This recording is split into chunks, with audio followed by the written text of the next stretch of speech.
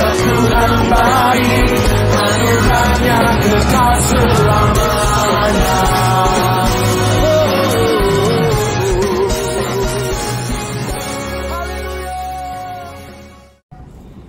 Selamat pagi, puji Tuhan. Sekali lagi kita diberikan peluang untuk berkumpul bersama dalam renungan saluran bangkit pada pagi ini.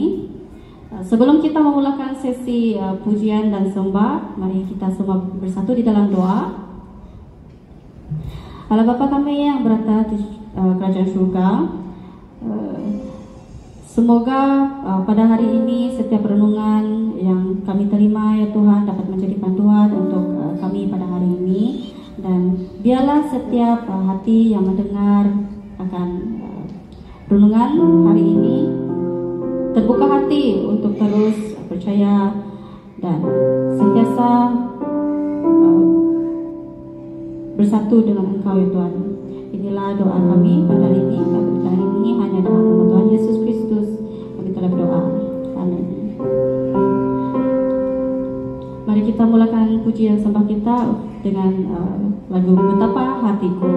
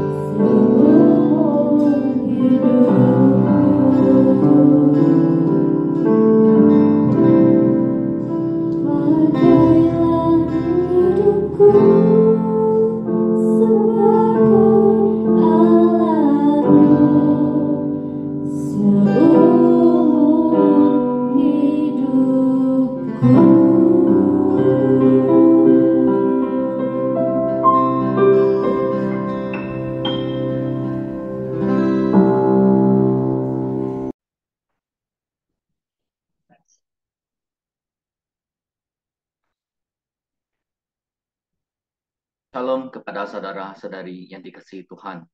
Kita sangat bersyukur kepada Tuhan kerana diberikan kesempatan untuk merenungkan sebahagian firman Tuhan bersama-sama pada hari ini. Nah, saudara-saudari yang dikasihi Tuhan, renungan yang saya ingin bawakan pada hari ini yang diambil daripada surah Wahyu bab 1 ayat yang ke-8. Surat Wahyu bab 1 ayat yang ke-8. Saya akan membacanya. Aku adalah Alfa dan Omega, firman Tuhan Allah, yang ada dan yang sudah ada dan yang akan datang, yang Maha Kuasa. Renungan yang saya ingin bawakan pada hari ini bertajuk Alfa dan Omega.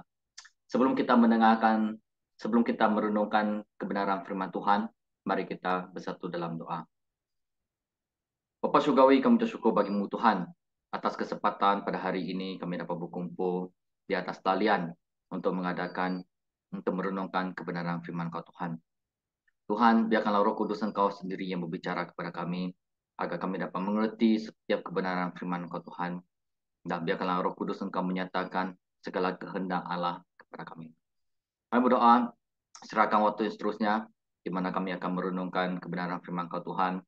Biarkanlah kami dapat mengerti isi hati Tuhan, mengerti kebenaran firman Tuhan, dan mengerti akan segala kehendak Engkau. Kami menyerahkan waktu seterusnya ke tangan Engkau. Terpujilah nama Engkau. Kami berdoa, serahkan semua ini hanya di dalam nama Tuhan Yesus Kristus. Amin. Saudara-saudari yang dikasihi Tuhan, mungkin kita sudah sangat biasa mendengar tentang Alfa dan Omega. Nah, perkongsian renungan yang saya ingin bawakan pada hari ini adalah berjudul Alfa dan Omega. Kita sangat biasa mendengar perkataan Alfa dan Omega. Dan sebenarnya kan, kedua perkataan itu adalah awal dan akhir abjad bahasa Yunani. Sama seperti abjad bahasa Melayu, A dan Z. Sebenarnya kan Alfa dan Omega. Alfa adalah huruf yang pertama, abjad yang pertama. Dan Omega adalah abjad yang terakhir dalam abjad bahasa Yunani.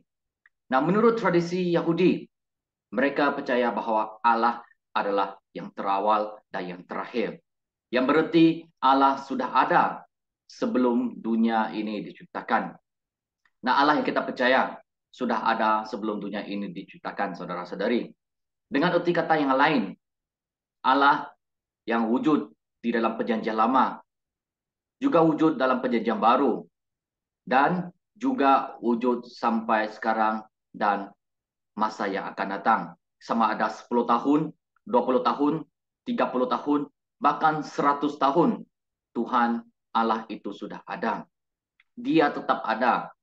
Pada mula penciptaan dunia, dia sudah ada. Sampai akhir dunia ini, dia tetap ada. Kerana Allah yang kita percaya, dia adalah Allah yang tidak dibinasakan. Dia tidak dapat binasa dan dibinasakan, saudara-saudari. Dan dia akan bertakhta dan berkuasa di kerajaan surga sampai selama-lamanya. Dia tidak dapat dan mungkin terikat dengan ciptaannya. Dia tidak dapat terikat dengan sistem-sistem yang ada di dunia ini. Seperti kita harus melalui kematian, kita akan dibinasakan oleh suatu hari nanti.